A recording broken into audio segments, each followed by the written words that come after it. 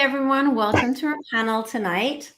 I'm super excited about tonight's event, but before we get started, I wanted to share a little bit about CMA for those of you who are new to us. Our mission is very focused. We want to inspire, inform, and connect you with those working across the kids and family media spaces. We're here to champion and to support you throughout your career by providing insights and thought leadership and conversation on critical topics like tonight affecting kids and family media so you can do your best work. We have a phenomenal mentorship program. We have a robust job board. We host workshops to hone new skills.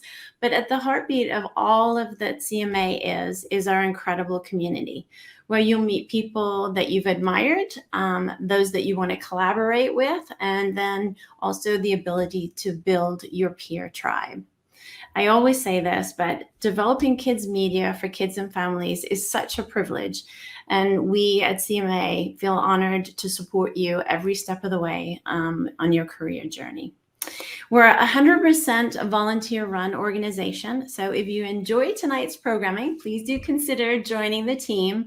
We're growing quickly and always seeking like-minded people passionate about kids and family media. Tonight is a really special event for me because I'm a little obsessed with Gen Alpha and what they're going to do for the world that is all around us now and into the future. And I've really admired the work that Mark has been doing for the last few years on Gen Alpha. So very honored to have him with us tonight. So let me introduce Mark. Mark McCrindle is a social researcher, demographer, and principal of the advisory firm McCrindle. He's a media commentator, a trusted advisor to many leading organizations, and the author of 5 books on social trends and generational change. So please join me in welcoming Mark. Mark, thank you for joining us tonight. Thanks, Susie. Great to be with you, and good evening to you all. It's a good morning from where I am here in Australia, but excited to have this chance with you, and just to talk through some of these factors, characteristics, and forecasts around Generation Alpha. And then I know we're going to have a question time at the end, so I'll look forward to that.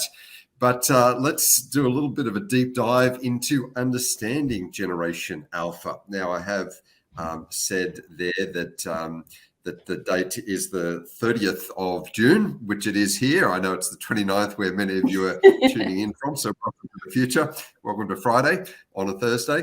In fact, let's have a think about the future, because that is key to who we are talking about, Generation Alpha. You know, we used to think of the future as something out there, as something that we're slowly tracking towards, but I think it's the opposite now. I think the speed of change, the scope of the trends today is such that we're no longer tracking towards the future.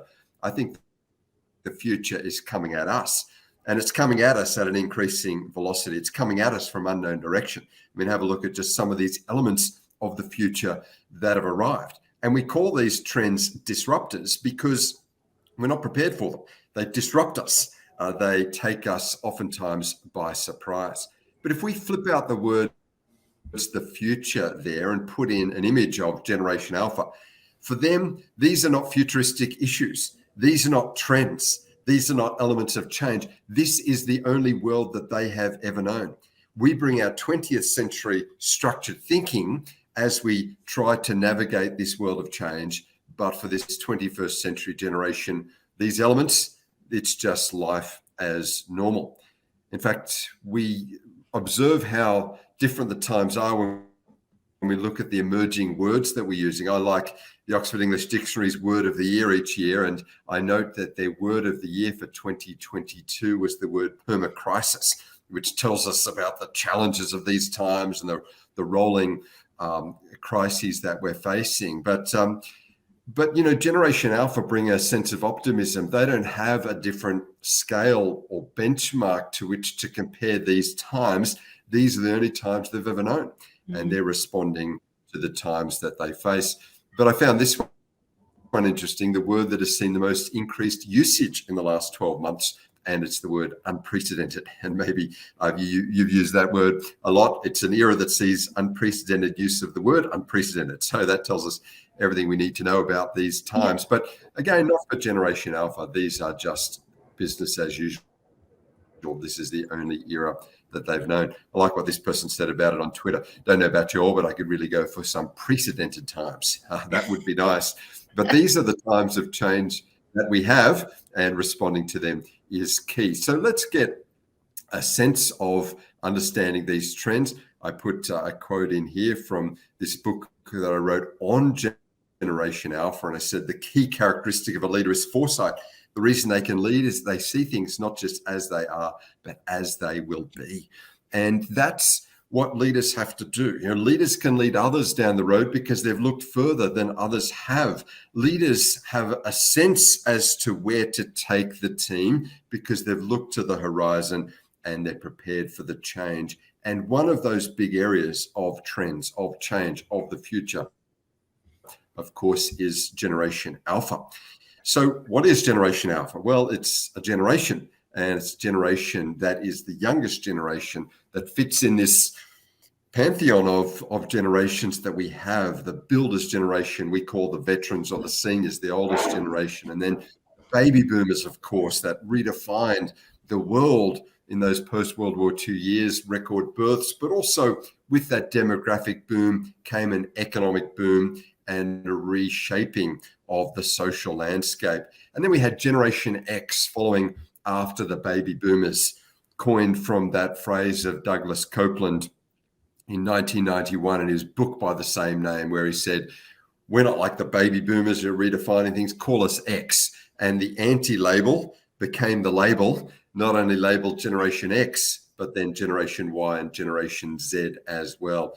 Now, across much of Europe and here in Australia, we refer to the millennials as Generation Y, although that term millennials that you're familiar with, it's interchangeable. And from then the Generation Ys or millennials, we move to Generation Z or Generation Z, as you would say. And that got us to the end of the alphabet, and we moved from there into the Greek nomenclature, Generation Alpha, the first of them. Now, notice that each of these generations since the baby boomers spans 15 years inclusive. And in sociology, it's important that we have comparable sets. And so having the equal spanning of a cohort does allow for better comparisons. I know that there's various years of start or finish for the different generations. There's even different labels there, but I find the more scientific, the social science labeling of X, Y, Z, and then Alpha, better to talk about and to understand the generations. And again, the similar 15-year span of time. So that's where both the definitions of the years and those labels have come from. If we think about a bit of the analysis of Generation Alpha and what we know of them, we're talking about a global generation. There are 2.8 million Generation Alphas born in our world every year. And in fact, you can see there, born globally every week. That's the scale of the Gen Alphas. And if you look at the total size of them globally, when they are all fully here by the end of 2025, we're talking about 2 billion of them, a quarter of the planet. You might have noticed that it was late last year that our world surpassed the 8 billion mark. And so 1 in 4 people on the planet are part of this Generation Alpha cohort, or indeed will be when the final set is complete. So a bit of a forecast. So if we wind the clock forward to the start of the next decade, 2030, you can see a few characteristics of Generation Alpha that I've put in here. This is where Generation Alpha fits in terms of the size of the demographic across the other demographics. So you can see by 2030, they will be the largest generation on the planet. As I said, almost 2 billion of them. And that's more than twice the size of the baby boomers and the builders generation combined if we look at the populations in 2030. Here we've put the top 5 countries by total population in 2030, and you can see that that the shift in terms of population size and indeed youth population is moving to Asia, India and China. They're dominating the landscape. The US coming in 3rd, Indonesia back to Asia, coming in 4th, just ahead of Nigeria in Africa. And I've put down here the size of the generations by continent. And you get a sense here, if you look at the dominance of Generation Alpha in Africa and also in Asia and even in South America, that's where the youth population of our world is most evident. And you can see that across those continents, the Generation Alphas in 2030 will be the largest, as they will be in Oceania as well. Whereas in Europe and in North America, because of the aging profile, because of the longevity boom, actually, you've got the alphas not quite the largest there. So as we think about the future, as we think about global demographics and Generation Alpha, the lens will shift from the Western world to the East in terms of Asia, in terms of Africa as well, and South America in terms of the scale of this generation and the opportunities that they present. I put here from our book, Great Leaders Have a Focus not on the next program, but the next generation. And you can see why the demographic power of this emerging generation is causing business leaders and media leaders to really focus attention on this fast emerging and big influence generation. Let's move to the second question, why we named them Generation Alpha. We're researchers and we've been looking at the generations in terms of our studies for 20 years around the world, but it became evident to me as I was writing a book on the previous generations called The ABC of X, Y, Z, looking at Generation X and Y and Z. This was in around 2009. It became evident that with a new generation about to be born from 2010, there was no label for them. And so we conducted a survey and said, what do you think the next generation should be after Generation Z is complete? Lots of labels came forward. Probably the most popular was Generation A. You know, after all, we've moved through X and Y and Z, aren't we going to go to A? And I particularly didn't want to see that because we're not going back to the start. It's not a renewal of what we had. It's the start of a whole new reality. This is the first generation born in the 21st century, fully born in this century. It's the most global generation. It's the largest generation our world has ever seen, the most digitally enabled, the most formally educated, the most materially endowed generation in the history of the world. As we look at the rising middle class of young people right around the world, we can't just go back to A. And so I decided on this scientific nomenclature using the Greek letters to label, as we see in storms and cyclones and hurricanes, as we see even with the waves of COVID that have come our way, the Delta strand, etc. We see use of the Greek nomenclature. So I put forward Generation Alpha as the label, and that has stuck. Now, I think it's important to give these more scientific, less meaning-laden labels so that we can let the generation create its own meaning over time. Some of these other labels that people thought of, the screen ages or the dot-com kids or the click-and-go generation, label them at a particular point in time, label them from a singular dimension, the technology, label them with their own sense of what is defining them. Keep in mind that the majority of the Generation Alphas will live into the 22nd century. It's a little short-sighted to sort of put a label on them that defines a current era, like some are calling them the COVIDistas or the COVIDians, because of one particular pandemic that hit them at the very start of their life, and I don't think will define them in a decade, let alone in 30 or 40 or 50 years. But more important than the label that we give them, this Gen Alpha, is the meaning that they create. In fact, we wrote in the book, a name given to a new generation, like a name given to a new baby, is part of their identity, but it's not who they are. What is more important that the name we give them is the name we make for ourselves. And that is so true for this generation as well. And they're creating now that meaning, that characteristic, that really values-laden generation beyond the label of alpha, and what it means they will determine into the future. Let's move to this third question. What are the characteristics of Generation Alpha? Some of those factors, those superlatives I just alluded to, the largest ever and the most digital ever and the most educated ever and the most globally connected ever.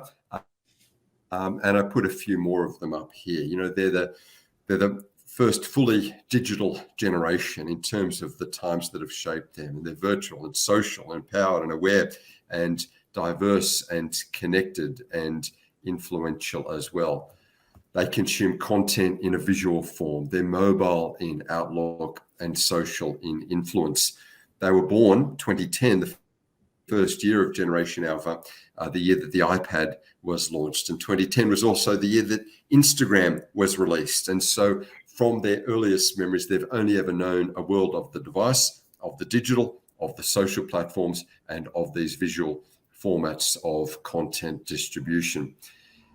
And while we all use the same platforms, while we use these devices or apps, as we wrote in the book, the age at which we're exposed to a new technology or transformative event determines how embedded it will be in our psyche and lifestyle. We might all be using the same platforms, but we haven't all used them in our formative years as the Gen Alphas have. And so while we might be digital transactors, picking up the digital tools, transacting, now using AI, using whatever the latest digital tool is, we're using it for productivity purposes. We're using it for efficiency. We're using it as tools, but not so much these Gen Alphas that are digital integrators. They've integrated the technology seamlessly into their lives.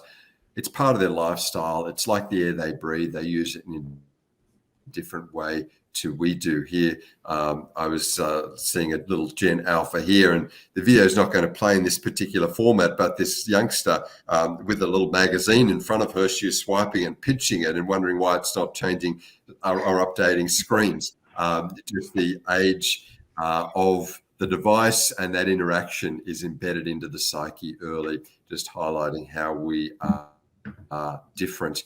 We might go to Google for search, but not so the Gen Alphas. They're increasingly using YouTube as a search engine in itself. In fact, now it's TikTok is their go-to for information, for answers, and for outcomes. This headline recently, nearly half of Gen Z, so those a little older than the Alphas, is already using TikTok and Instagram for search instead of Google. They're using different platforms. They're interacting on these platforms in different ways, even to how we are. And they're just in those formative years still.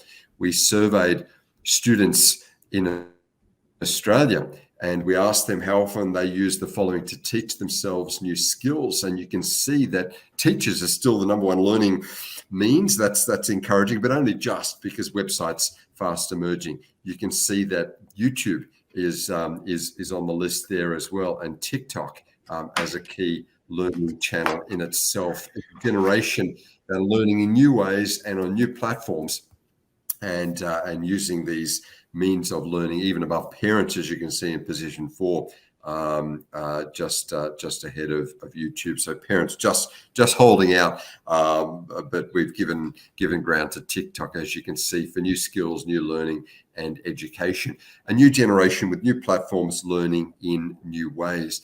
We talk about these devices as perhaps smartphones or mobile phones or cell phones, but for them, they're just phones. They're the only phones they've ever known. They're not going to make a call on a landline.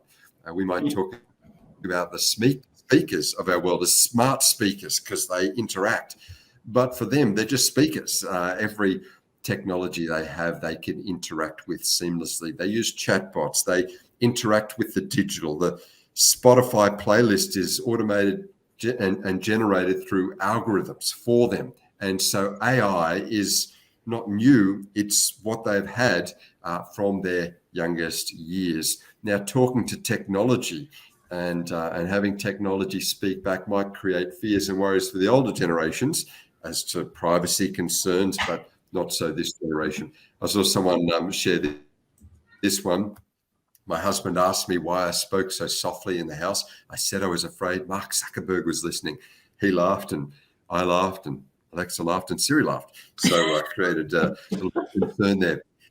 But this generation are not worried about those things. They're using technology for efficiency reasons and using it at a whole new level to the means and ways that we are using it. I put down here just some of the emerging technologies that have shaped, that we've seen emerge over the last few years, but for this generation, it's just their world. Now, the metaverse, we think about, putting on those VR headsets and some immersive experience, but the metaverse is alive and well for this generation. It's Fortnite and it's Roblox and it's Minecraft. It's these multiplayer, immersive social experiences where they spend time and where they have adventures and creativity and they explore and they create, and they are worlds in themselves. They're immersive environments. Forget the headsets. It's just the use of the embedded technology and the social interaction that drives that. And so they're in the metaverse already. And we worry about these things, NFTs, people spending money on cyber currency and buying virtual land. I saw this headline recently, land sold for 2.43 million. But for them, their first consumer experience was using digital currency to buy a skin or a loot box or a battle pass in one of these games, spending real money through virtual currency on intangibles is what they've had early experience from. So they do think about it differently, whether they'll be excited about land in the metaverse or not. I saw someone share this meme, owning land in the metaverse. One day, son, all this will be yours. Perhaps not a particularly enticing aspiration, but they do have less barriers, less hang-ups to these new technologies than we have. And now we've suddenly come across ChatGPT, and that's caused disruptions in education circles globally. We just surveyed teachers in this large study nationally, and we asked them what their responses are to ChatGPT in the classroom and in schools, and have any concerns around it. And you can see that the number one, teachers here are saying it's they've got concerns around plagiarism, and then the proportion that said extremely or very much a concern is impacting the way that students are graded or impacting students' ability to write. And also you can see here some of the positives emerging. It might have some productivity benefits for teachers. It might improve some of the learning of students, but it'll also impair their ability to write code. So overall, the early impressions from educators of ChatGPT is more the negative side than the positive side. Now, it'll find its own level over time, and students will use this as a great tool for learning, productivity, and life. But these new disruptors do create concerns early on, and that's currently the state of play around ChatGPT. Never, we wrote here in this report on education, in the history of the world, has education been more accessible. And we saw that during lockdowns from the pandemic, and more flexible to provide for lifelong learning and upskilling and retraining for a generation that will have a multitude of careers, and yet at the same time more vulnerable to disruption. And we're seeing some of the downsides of the technology, even as it provides some very positive upsides as well. In fact, teachers are trying to work out who's actually writing these essays and assignments. Remember the Scooby-Doo memes, trying to get to the bottom of a mystery. Let me see who you really are, says the teacher as they assess the essay. Aha, I knew it. It was ChatGPT after all. Maybe some of the sentiment experienced in the schools of our world. But clearly, we're in transformative times with digital disruptions coming as Generation Alpha, emerging on the scene globally and responding to these massive ructions of change that we're experiencing. And that brings about permanent and massive shifts in society. We wrote in the book, Generation Alpha, when we look back over the long arc of history, there are eras in which society altogether changes. We give them names: the Reformation, the Enlightenment, the Industrial Revolution, post-modernity, and now in this era of Generation Alpha, the digital transformation. I mean, its impacts are phenomenal. And we've lived through 3 of these digital transformations as Gen Xers or baby boomers, haven't we? We saw the introduction of the internet and how suddenly everything was online and available. Amazing. And then we saw the second digital transformation, these devices, where we're just a few clicks away from any piece of information on the planet, where we've got apps and the ability to connect and video call in our pocket. And that digital transformation was phenomenal. And now in this year, we've seen the third of them, the rise of AI, particularly generative content coming through these large language models, and it has transformed things anew. But for the alphas, those 3 digital revolutions are just their life, their experience. They haven't seen the pre-version of that. And so the digital transformation in our era, combining with the Generation Alphas, is altogether transformative for our society and our future. Now, it all comes around at a time that well-being and mental health of young people, of all of us in society, but young people particularly, is a bit of a focus. And so in some ways it is the well-being generation, and having an understanding there is key. We wrote a book on well-being recently called Work Well-being. And my co-author, actually, a fellow myself, we wrote, well-being is more than positive physical and mental health when our life has meaningful activity, when we have authentic social connections, when we're aligned to a purpose, and when we make a recognized contribution, we have a greater ability to flourish. And this is well-being. We found in our study, as we look at Generation Alpha and what they look for in work in the future, they say it's not just a job. The work they want has to be a lifeline to social interaction, connection, meaning, identity, contribution, growth, and a place of well-being. And so it's a generation that is seeing well-being as key for their future. It's now part of the educational experience, and it's managing that is what we expect as they're coming of age. In a study recently, we found that 61% of teachers say the pressure to grow up faster is extremely very challenging for today's students. And so there's a bit of a focus on the well-being of these students in their studies. When we survey this and broke it down, you can see here the percentage of teachers that say these issues are extremely or very challenging. Online bullying through social networks and navigating their own mental well-being, the students. A high pressure to do well in exams and assessments, the pressure to grow up faster, navigating loneliness and social isolation, and supporting friends with their own mental well-being. The majority of teachers across these 6 areas are saying these are extremely or very challenging for students today. And so you can get a sense as to why well-being and ensuring that we can manage that for these students growing up in these very different times is a key focus. And any products, services, or platforms of content that can assist parents, teachers, society, and these young people themselves in well-being and thriving is going to be well regarded because of the awareness and the challenges being faced. And then this final area, and then I might pause and just get some interaction going for some questions and comments. Generation Alpha consumer. What do we need to keep in mind here? Well, we've discussed the size of the market. We've discussed the influence of the market. We've discussed that even beyond their economic spend is the influence they have, the kidfluence they have over spend that's not just their own.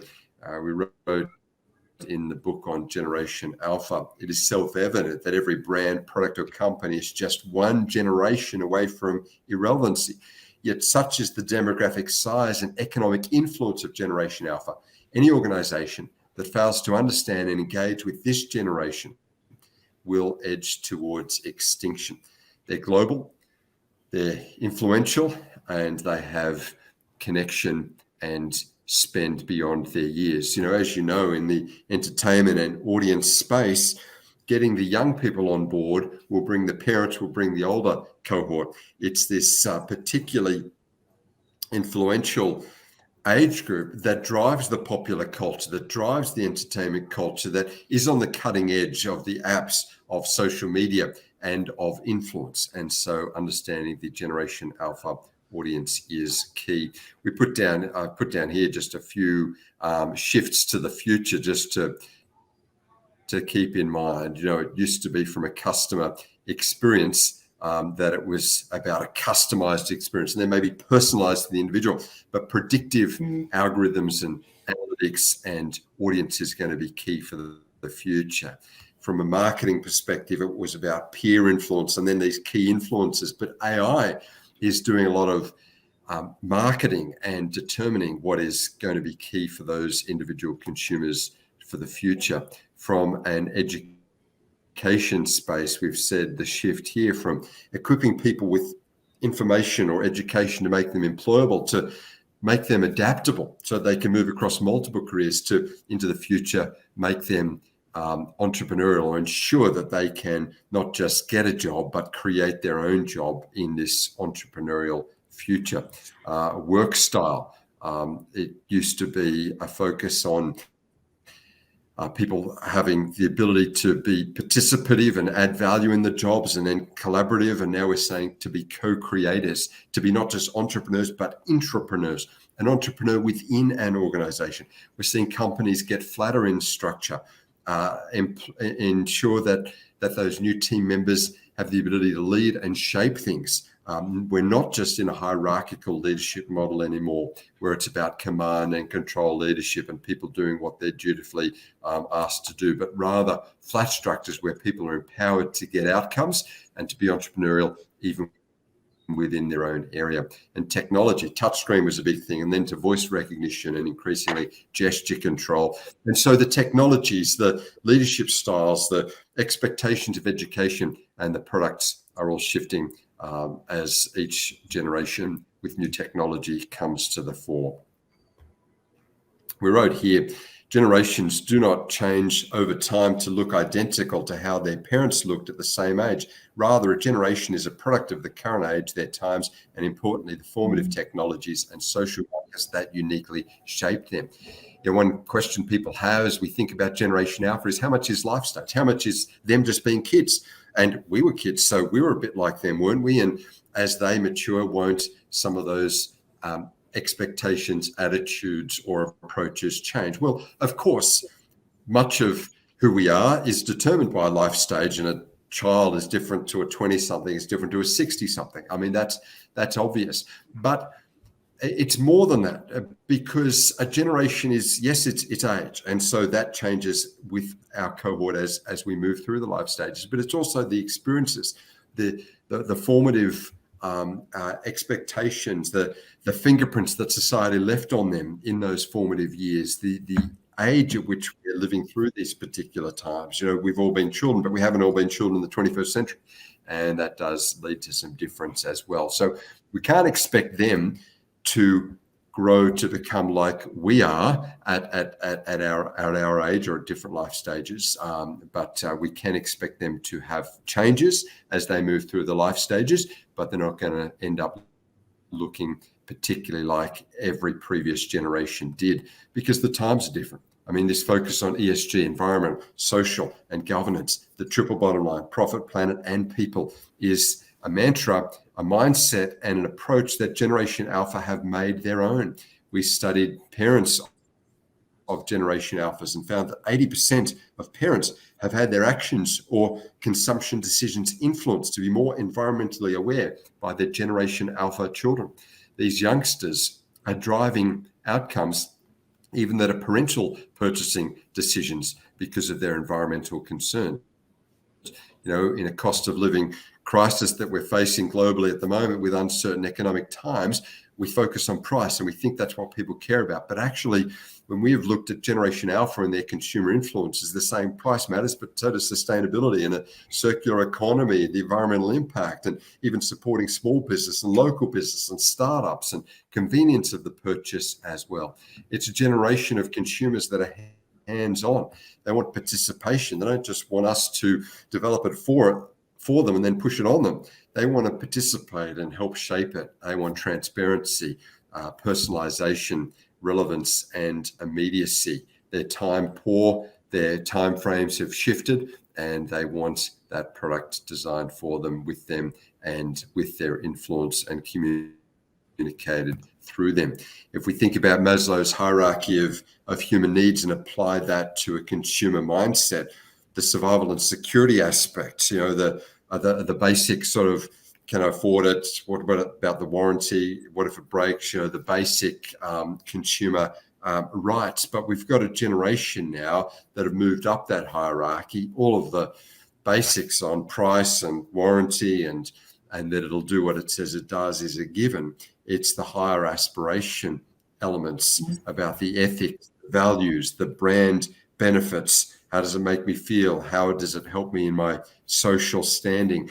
And indeed the life cycle of the product that are key for them. So we wrote here in the book, every generation creates change, but occasionally the times and trends collide, and a generation has enormous impact and shapes the culture beyond all measure. The boomers experienced it in the 1960s. Generation Y saw it in the early 2000s, and it seems that Generation Alpha are at the forefront of another such time. It's interesting for me as a sociologist to look at how the baby boomers have had such impact, influence, and recognition in society, and far more than the Generation X. And then for the last probably 15 to 20 years, we've heard a lot about the millennials and the influence they've had. And we probably haven't heard as much about Generation Z. And now we're hearing about Generation Alpha. In other words, there's sort of every second generation, a generation that has influence beyond scale. And maybe that's because it takes about 30 years for the cycle to change enough for there to be an alternative or pendulum swing. But nonetheless, from the boomers to the millennials to now the alphas, I see these landmark generations shaping things. And that's why I see the Gen Alphas will have impact even beyond the generation that went just before, the Gen Zs or Gen Z, and probably even more than the generation coming after them. There's a lot more in the book, but I'm open to throwing it to you to move to some questions. So Susie, over to you and the audience. All right, great, thank you. Oh my God, there's so much, as we like to say, unpack from there. There's some things in no particular order I'd love to talk about, and then Caroline, we can filter in some questions as well.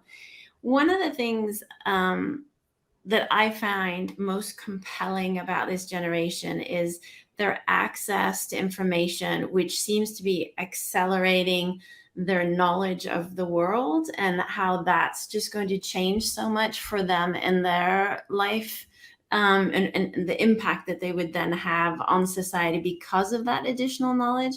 And I just wondered, like, I know you touched on education, and they will be the most educated generation of our time, but then how do you see this volume of information that they have access to directly impacting maybe them on a daily life, and what that looks like when you study them and interact with them?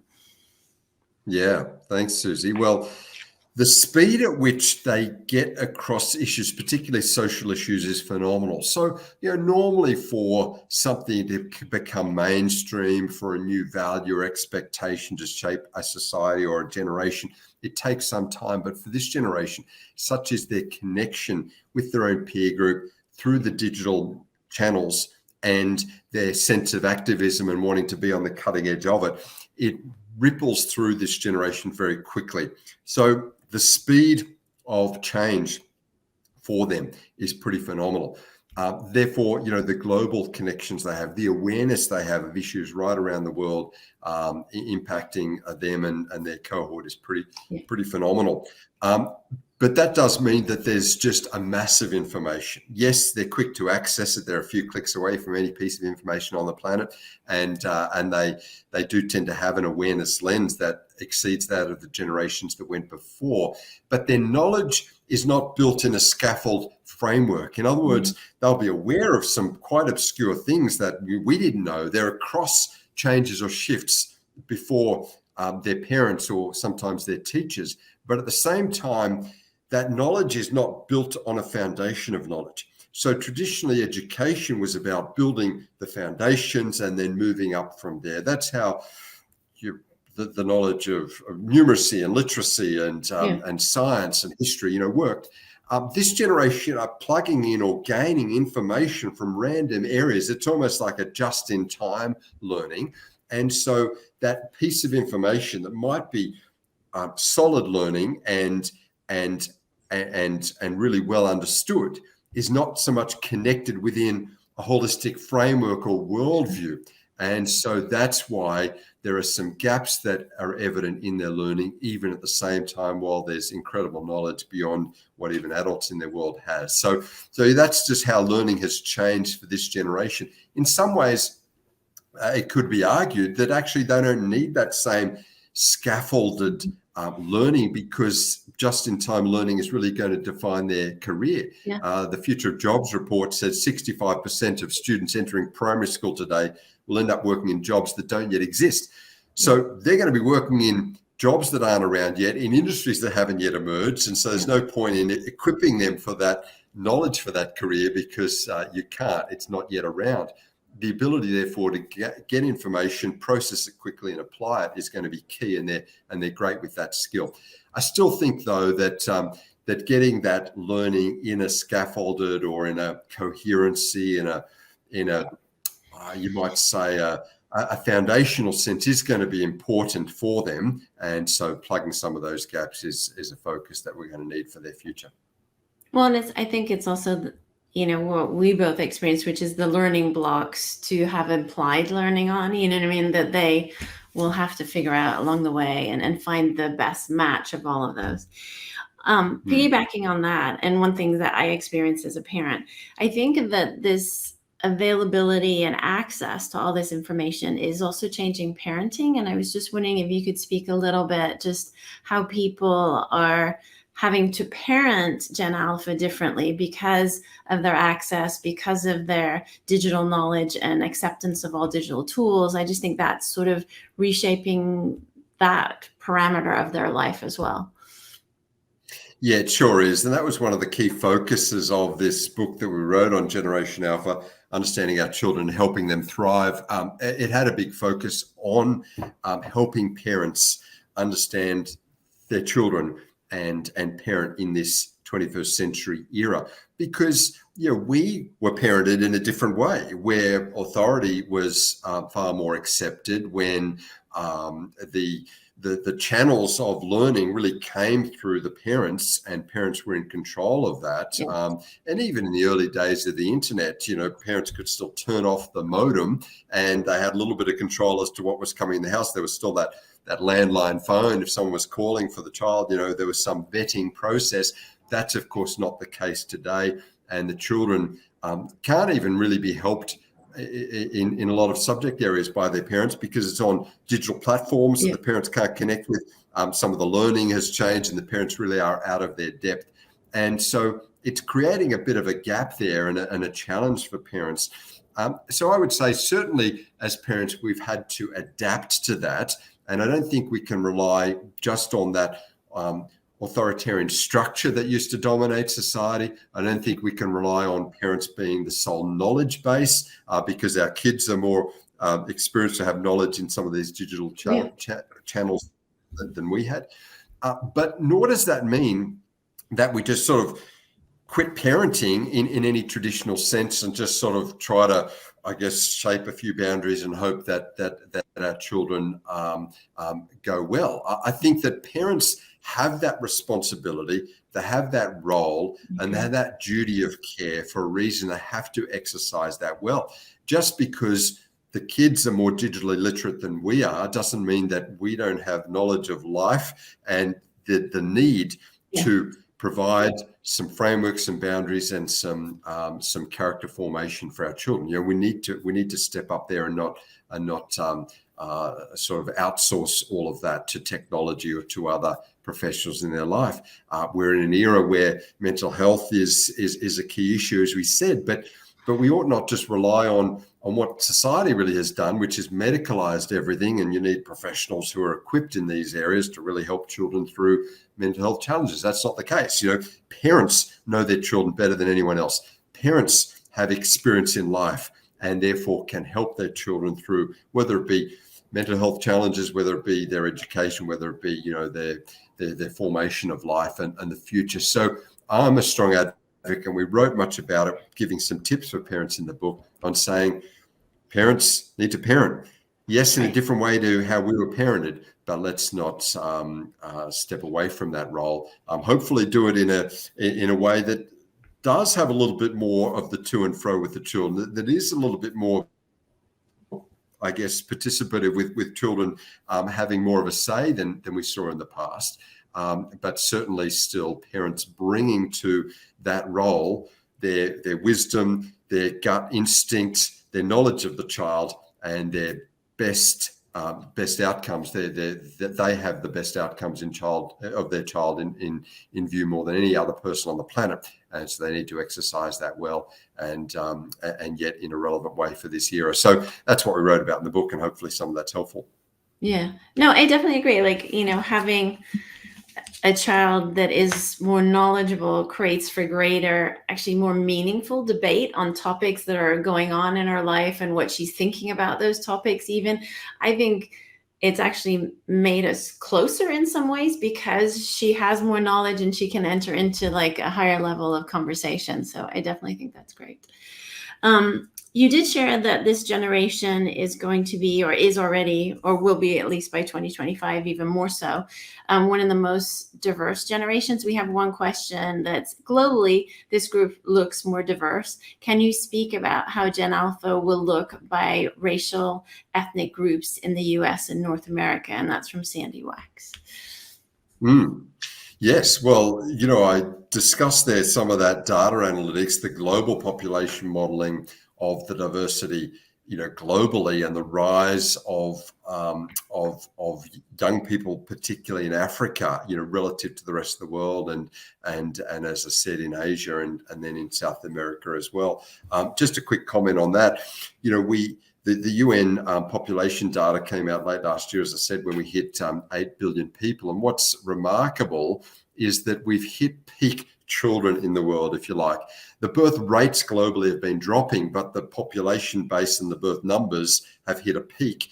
And so you multiply out, population base by birth rates. And what it means is now and over this decade ahead, we've got the largest number of annual births in our world ever before it starts to taper off. And if you like, the decline in birth rate and the slowing population multiplies out, and we end up with fewer births than we currently have. So what we have at the moment is more births in the world than we've ever had in history. That's why they're the largest generation, or will be, and that we will ever have again. So it's quite a phenomenal point in history. Generation Alpha, therefore, will be the largest global generation in history, never to be repeated again. It's a unique point in human history, and they're larger. So to this point here, we've seen birth rates really decline in Europe and in developed nations, even declining here in places like Australia. We're part of Oceania, but you're rising still in Africa, slowing in Asia. So yeah, we're seeing that shift, if you like, that global influence shift from west to east and from developed nations to the emerging world, and therefore with that demographic power, with that generational power, will come consumer power as well. So we're seeing global shifts in that regard, and North America being a microcosm of that global diversity, you're seeing shifts there as well. So you're seeing changes in the demographic makeup. Now you got locals there that are more across the US Census data than I've got the focus on, because I look at more the global data. But what we see right around the world, and in North America you're seeing it as well, is that cultural diversity defining the future. Not only because you've got birth rates in, Latino communities and Black communities and migrant communities higher than more established, long-term communities. But you've got also the influence that they have in the popular culture and in the shaping of the entrepreneurial landscape, in the consumer landscape. It's greater as well. So a combination of demographic influence and cultural influence leads to the shift in where those audiences are heading. We find it here in Australia and right around the world, that often those migrant communities have the entrepreneurial focus and tend to connect and influence things. If you like, they're more socially dynamic and economically aspirational, and so drive even above the growing demographic numbers a consumer footprint or landscape or cohort that's quite phenomenal. So that those what have been sometimes called minority communities actually have majority influence or consumer power, or indeed fast shifting demographic footprints as well, and that's really driving the consumer and audience landscape of North America as it is right around the world. Yeah, I totally agree. Yeah. Okay, I have another question because I have so many for you.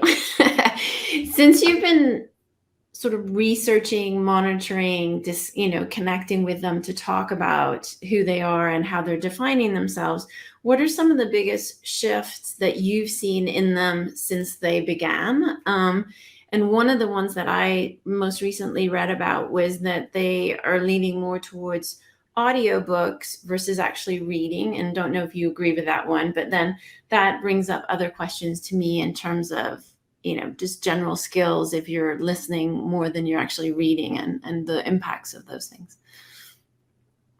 Audio's been a big shift, and this is an audio generation. I mean, it's a visual generation, as we discussed, but also audio.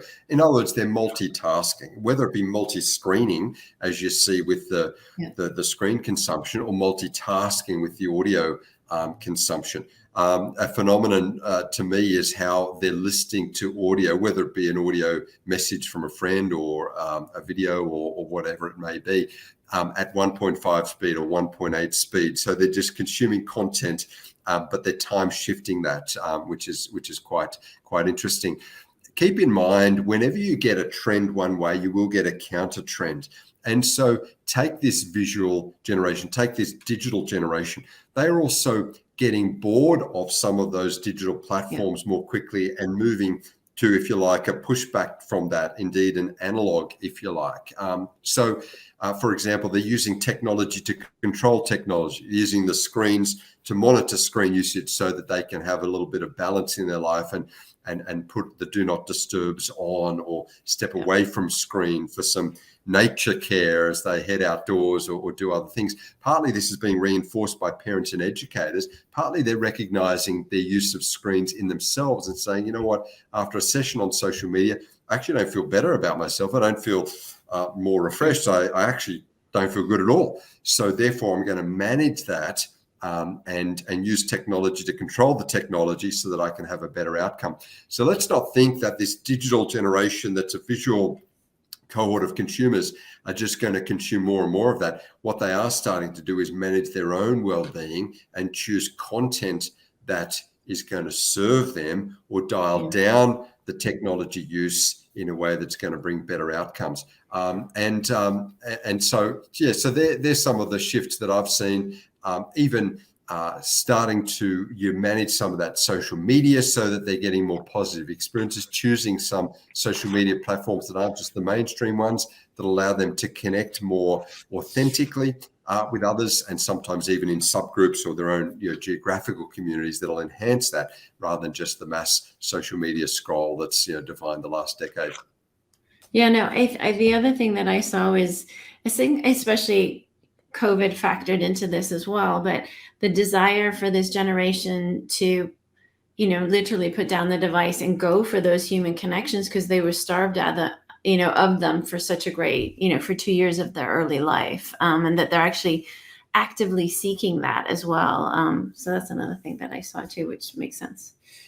Um, so And then on my that, other, Susie, sorry, just a quick one on that. You see this in other areas. In a world of fast fashion, you see them actually looking for retro now. yeah, You see them looking at the circular economy and vintage clothes, as it's called. yeah. Buying clothes online that are recycled or pre-loved. So that they're not this generation of mass consumers. Always after the latest things. There's a pushback to the old ways and the simple ways and the cottage type ways. I mean, the rise of handmade, and again, we saw this a bit in COVID. Baking at home and being a bit creative on cooking, or again on some of those traditional puzzles, pastimes, hobbies, activities, or fashion. Not everything is just fast and new and purchasing and consumeristic. This is a generation that I think will increasingly get smart around that, and that's where the vintage, the retro, the pre-loved emerges once more. It's funny because my two daughters were cooking, and I was like, "Where did you find the recipe?" And they were like, "TikTok."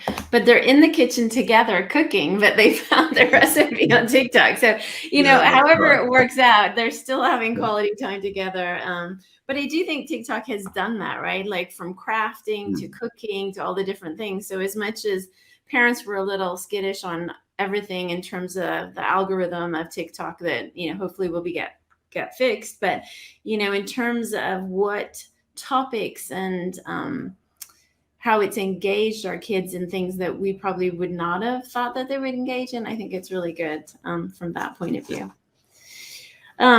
The other question, we had done a report on Earth Day about climate change, and I know this generation, and you shared touched on this in your presentation about how they're super concerned about the environment and influencing how their parents do things within the home. But I do know that this is not a topic that's going to go away. And I just wonder, for that future thinking, like, where do you think Gen Alpha will have their biggest impact when it does come to the climate? Because I already see with my daughters how they're changing their ways, which is one step. And then you see the advocacy, but we all know the big changes that have to happen, and just wondered how you think as a generation they will accomplish those goals of changing how we all interact and walk this earth. Great question, and big issue for them. What we're starting to see now is a generation that's taking action in ways that are measurable for them, in ways that are impacting for them. So I think we're going to see them go back to more environmental concerns in the broad sense, around whether that be recycling or whether that be looking at the brands, the products that they're buying, that might be related to a carbon footprint, but also might be related to fair trade and to ethical supply chains and to natural ingredients, or to locally sourced. In other words, it's a generation that's focused on the broad array of environmental issues, not purely climate change as a sole issue. So it's microplastics, it's waterway health, it's scarcity management, looking at their water usage. It's all of those areas. And in some ways, some of those other environmental concerns are more solvable for them, or they can have a more practical impact upon than purely carbon emissions. So I think that we've got to understand the broad array of environmental concern, and they are happy to make changes in all of those areas that they can, and increasingly changes that are practical for them, or that can lead to observable change and impact. Secondly, we've got to be aware of overreach. Sometimes we can push an issue so hard or saturate a consumer so much in something that they actually start to push back. Greenwashing is the term used, where we almost sort of overdo it and they start to get a bit skeptical, or they start to push back and say, you know what, I'm concerned about other things as well. And that was that visual that I put up about, let's keep in mind the broader array of concerns that they have. And it's not purely just micro issues. It can be these other things as well, even, supporting local business, as I said, or supporting entrepreneurs as they give things start up. In other words, it's social concern not purely just environmental concern. Yeah. It's a broad array of issues that they look at and that they want to have an impact on. Yeah, no, I totally agree that for them, it's all connected. It's not like, let me focus on this topic. It's just how they see the world because that's how they've been raised. Yes, I totally agree with that. Yep. Very cool. Okay, I think we are almost out of time, and I wanted to ask one last question. But if there was, so a lot of our industry is obviously kids and family media, so audio, series and film, research, ed tech, all of those different verticals, publishing. What would you recommend for executives that are listening, like the top 5 things they need to remember and then lean into going forward to better understand Gen Alpha? Well, firstly, I would say design it with them, communicate it through them, get them on board. So do your consultation, do your research, do your engagement, whether that be your own surveys or focus groups or discussion, whether it be through your own, Gen Z, Generation Alpha staff, just to keep a connection because they know their cohort better than we do. So we've got to keep doing the research. That'd be the first thing. Second thing, understand the power of micro audiences, micro markets. It's not one monolithic generation. They're more global and connected, but you can get an audience of interest that's global, but it might not be monolithic. It might not be all of them. So keep that in mind. And there's great power and great size, even in some of these micro audiences, if you like. Thirdly, they are content creators, not just content consumers. Mm-hmm. So make sure we're sourcing that content from them or helping them shape it with us. I think that's going to be important. Fourthly, they're looking for positive outcomes. They want something to achieve multiple aims. Let me take as a metaphor work. They're saying the work I have has to not just pay a fair day of income for a fair day of work. It's got to be a place of social connection, belonging, growth, contribution. And so it is with media. The content, if it can help them educationally, as well as being entertainment, as well as help their mind or mood or well-being, then that's all the better. So they're looking for holistic outcomes in their consumption patterns. And maybe the fifth thing I would say is that they're open to other ways of monetizing that. We've got to move away just from thinking about advertising in terms of paid ads or banners. This is the generation that screen through that are able to manage through those ads, but they understand the model. They know the business metrics and are happy to support the sponsors or the advertisers that make that content that they love possible. It's just in different ways. I mean, this is the GoFundMe generation. This is the supporting a cause generation. They will spend more on a product that has the right values for them than saving money on less. So they're prepared to work with business models, but they're probably going to look differently to the business models that we've known in the past. Be open to that because you get good outcomes with the Gen Alphas that way. Oh, so good, Mark. All right. Well, thank you, Mark, for joining us tonight. So insightful, like so much information for us to all process and take in and learn from. Really, really appreciate your time. Thank you to everyone that joined us tonight. We had over 100 people. So thank you for joining and tuning. And this will live on LinkedIn and people can continue to watch. All right. Thank you, everyone. Thank you, Mark. Thanks so much. Bye-bye.